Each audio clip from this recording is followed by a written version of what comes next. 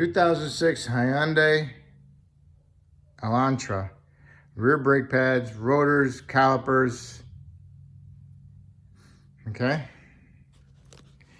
The best way to do this, fastest way, is get yourself some clampers for pinch off your brake line, your flex hose. I use vice grips, but I don't like close them up so they're like that much still open. I'm not pinching them totally, just pinching them that much, just enough to restrict the flow of the fluid. Okay, so I don't drain my system out by the time I get my brakes back on there. So then you want to remove your banjo bolt, which is a 12mm, and there's 2 washers on it. Your caliper should come with it, so you want to remove that. After you remove that, get it out of this little bracket here. And then there's 2 bolts holding the caliper bracket onto the back knuckle. Those are 14mm, and you want to remove those also. Those are about right here. One here and one there on the other side, okay? Okay, I got the line off, and here's the bolt. It's called a banjo bolt. It's hollow in the middle. It's got a hole in it, okay? The next thing I'm gonna do is remove these 2 bolts on the opposite side. And those are 14mm, those are caliper bracket bolts. If you're gonna do brakes on this, just brake pads, then what you wanna do is remove this bolt and that bolt to get the caliper off. And then when you get the caliper off, you're gonna have a special tool or a pair of channel locks and a C-clamp to twist that piston back in, because it's got the parking brake built into it. Here's your 2 caliper bolts, 14mm head. And like I said, right about there on the back side. And once you get them out, then you can pry your caliper off. It's gonna be held on with a brake cable for your parking brake. Gonna have to pry the caliper off because of the rust ridge on the rotor, because you can't push the pistons back in until you get the caliper off because of the parking brake. That's why I like to replace the caliper assembly complete. Okay, I got it off. All right, and here she is. All right, so now all you need to do is remove your parking brake cable from the lever on that. And what I'll do is, sometimes I'll just cut that lever. Not the cable, but the lever. I'll just cut the lever off because I'll get a new one with the caliper. But I'm pretty sure the caliper doesn't come with that bracket. So I have to remove that bolt, and I'll take that bracket off of there. Okay, I removed the bolt for the bracket, smacked it with a hammer, it came loose. So now, all I gotta do is unhook it from the caliper, okay? I'm gonna do it just the reverse way with my new one, reman. All right, so here it is, complete. This is the type that you gotta screw the piston in, and it's a pain in the butt. So you're just better off getting a whole complete one and starting out fresh. All right, now you see the hub? It's gotta be nice and clean. Can't be no rust built up on it, because rust is high and low spots. And when you have high and low spots, it creates the rotor to wobble like that. So it's gotta be a clean surface. So once you get them clean, put a fine film of anti-seize on here. And that's what I've done in the past years ago, and here how it looks now. So it's not built up with rust, okay? So it actually does work. All right, so now you need to do is compare your parts together. Your old parts with your new ones, make sure they're correct. Okay, here we are. 4 studs, 4 studs. The height, this has got a nice rust ridge on it. Look across the top, they look pretty close. Also match up your calipers, match up your pads. Everything's looking good. So what we need to do is take the caliper bracket off of the caliper. And these are 14s. Remove these 2. Okay, I got them separated. Now I'm gonna put my clip in the bottom here. Goes like that. Clips around the sides. Okay. And this goes towards the here. What I'll do is I'll paint my slides inside here. Put some paint on there because if they rust expands, and then we'll tighten up the clearance on the pads and not allow the pads to move freely inside of the bracket. So now I got my bundle clip hardware in there. And then what I'll do is I'll put my pads in there now and then go over there and bolt it up. But you gotta put your caliper on before you do that. Okay, not your caliper, your rotor, sorry. Okay, you got the caliper bracket in here. And this is your outer pad, your inner pad. Make sure that the inner pad has the squeak indicator towards the rotation of the rotor. Okay, this one goes on the other side, but this squeak indicator is on the top, so it's towards the rotation. Okay. If you're wondering why I use these type of rotors, I found out in the past that they don't rust up as bad as the plain rotors. Okay. All right, so now we got this mounted. You need to torque these two bolts to 65 foot-pounds. Once you got that done, you might want to put some lube on these. Don't feel like there's any lube in there. Don't want them freezing up prematurely on me. So I'll put some brake lube or some Seal Glide on my pins and then shove them in there. Twist them as you go back in, okay? Okay, cut your caliper. Put the parking brake pawl onto the parking brake cable. Swing that over and line that up. That's a pin. It goes in that hole, okay? It's like a little notch on the other side.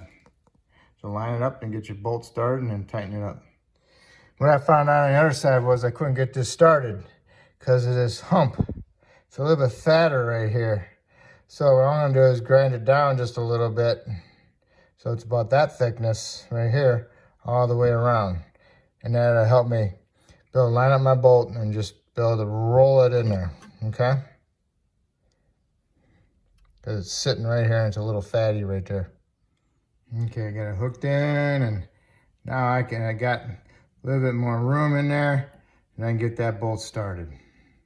When I get that bolt started, I just twist it, okay? That's just like a pivot.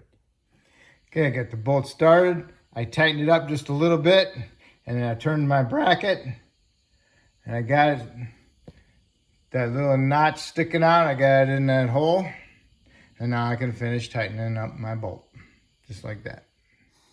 Okay, what you do is you get your bolt started, get it started a couple threads, and then twist it and get that bracket, that pin, into that hole, and then you can finish tightening up your bolt. And there it is, it's ready to go on. All right. And you want to make sure that those holes are straight up and down on that piston, because sometimes they have to engage in these little notches on the pads. And if they're not on it, lined up, then it's going to be twisted, cockeyed, okay?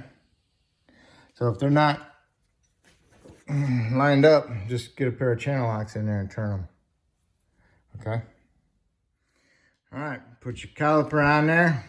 Got to push in your slide pins so you can get the caliper pushed past them. And once you got the caliper in there, the caliper is going to be like that because of the cable. So what you got to do is you got to grab a hold of that caliper and you got to twist it to make sure that these are lined up so you can get the thread started on your caliper bolts. Okay, once you got them started, snug them up, and then you want to tighten them to 30 foot-pounds. All right, after you've done that, you need to get your banjo bolt with your 2 new washers that came with it. And hopefully they are thick washers, because I don't like the thin, super thin ones. Okay, yeah, these are the super thick ones, so make sure you put one on the bolt and remove the old ones. One goes like that. And then the other one goes underneath, between the line and the caliper. Okay? Just like that. So you need to stick the line in between there and get it lined up and get it started. and snug it up. Okay, after you got it snugged up, you want to torque it to 16 foot-pounds. Once you got that done, you can remove your clamp, vice grips, take your bleeder screw out and put some anti-seize on it. And I think that might be a 10 or 11, I don't know.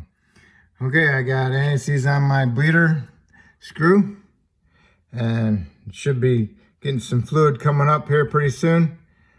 Until then, what you can do is go do the other side, and then when you hear it hitting your dripping into your pan, then you need to come over here and check it out. If it's not happening too fast, you need to go underneath the hood, open your hood, and take off your master cylinder cap, and then allow it to gravity bleed a little bit better.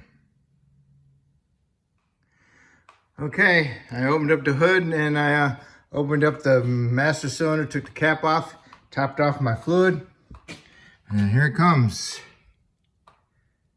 My fluid is coming out. See it? See it in there? All right.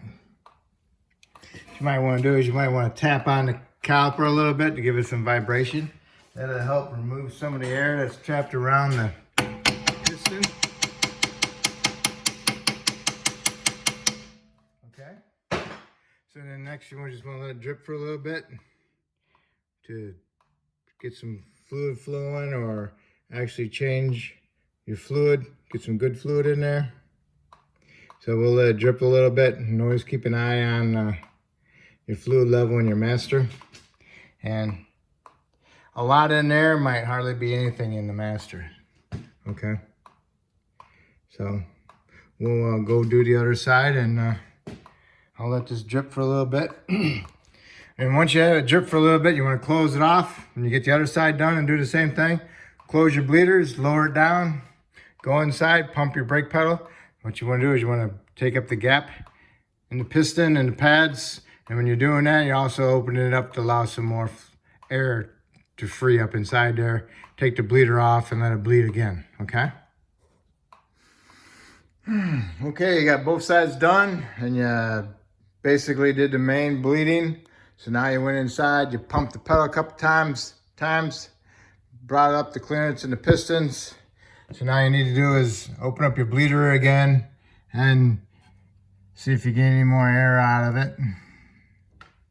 See the bubbles coming up? Yep, that's what was left inside that caliper around the piston. So just let it drip a little bit more. And then close it off, and then tighten it, and then put your little rubber cap back on it, and go do the other side. Okay, here's the other side. All right, see the bubbles? Open up a little bit more. See them? All right, so when you don't see no more bubbles, then you can, I'm sitting there bleeding like that.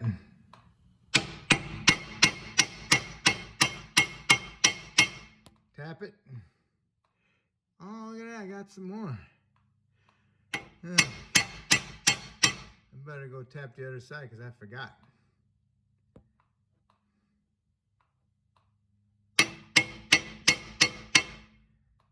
That's good. All right. Now you tighten up the bleeder and put your rubber cap back on it. Okay, both side bleeders are no more bubbles coming out. Bleeders are tight. Now it's time to put your wheels on. And don't forget your hubcaps. And then you want to put your lug nuts on. You want to snug them up. And then you want to tighten them in the star pattern, crisscross. You want to torque those to 100 foot-pounds. And when you lower it down to the ground, go inside the car. Start it up, press the pedal a couple times. Make sure you got a decent brake pedal. And then you can shut it off and go underneath the hood and top off your fluid. And then put your master cylinder reservoir cap back on. And that will complete your rear brakes. If I helped you out with this video, that's awesome. If you can help me out by subscribing, I'd appreciate it. And thank you.